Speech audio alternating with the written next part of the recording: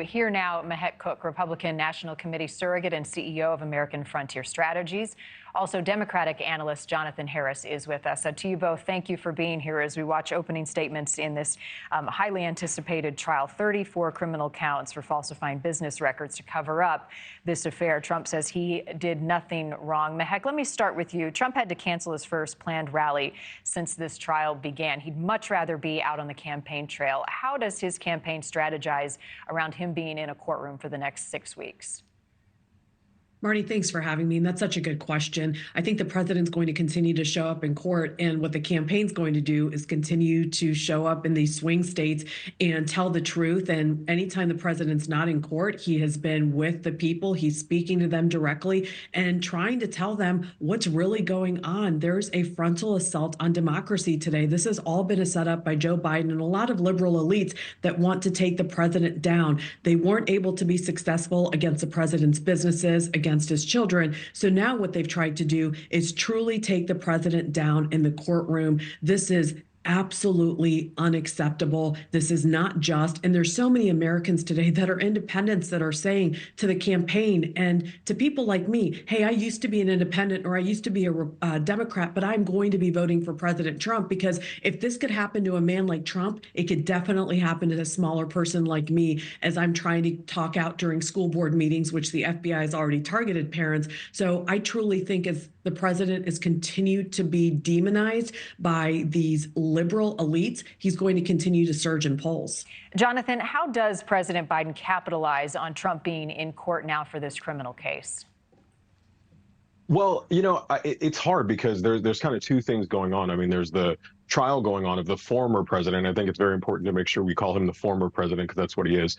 And then the actual president of the United States, President Biden, who is literally in the middle of a campaign. This whole situation is kind of unprecedented. So you don't want to be seen as interfering in the trial with your campaigning, but you also don't want to stop campaigning. So that's a little bit difficult. It's never something that anyone's had to try to navigate before, but it's definitely important that we don't become desensitized to the absolute absurdity of this. I think the majority of Americans, I mean, we know if you look at the last few elections, the majority of Americans are Democratic voters. The majority of voters are Democrats.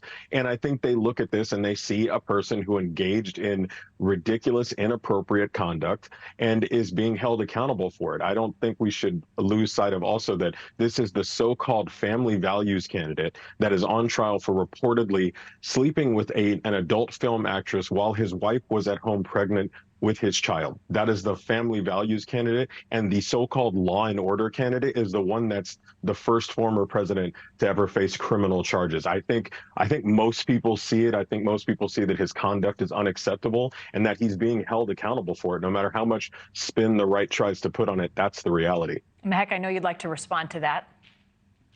Well, I think you have to look at the facts here. There's a lot of sensational news out there. I feel like sometimes when I'm talking to the other side, it's like talking to the National Enquirer. I think we need to look at facts here. When you look at the rule of law and the justice system, it's all about the Sixth Amendment and making sure that a defendant is able to, first of all, speak out and have an impartial trial. That's really not what's going on here. Let's start with the facts. President Trump is being pulled into court because of a minor business records issue. That's all this is. Everybody who wants to call it a hush money trial is truly shocking today. So this is a minor business records issue. And if you look at the cast of characters, you have Judge Merchan, who is biased. He's given 2 campaign donations to Joe Biden. His daughter is benefiting by fundraising off of President Biden's demise because she works for top Democrats like Adam Schiff, and she has a huge stake in this case.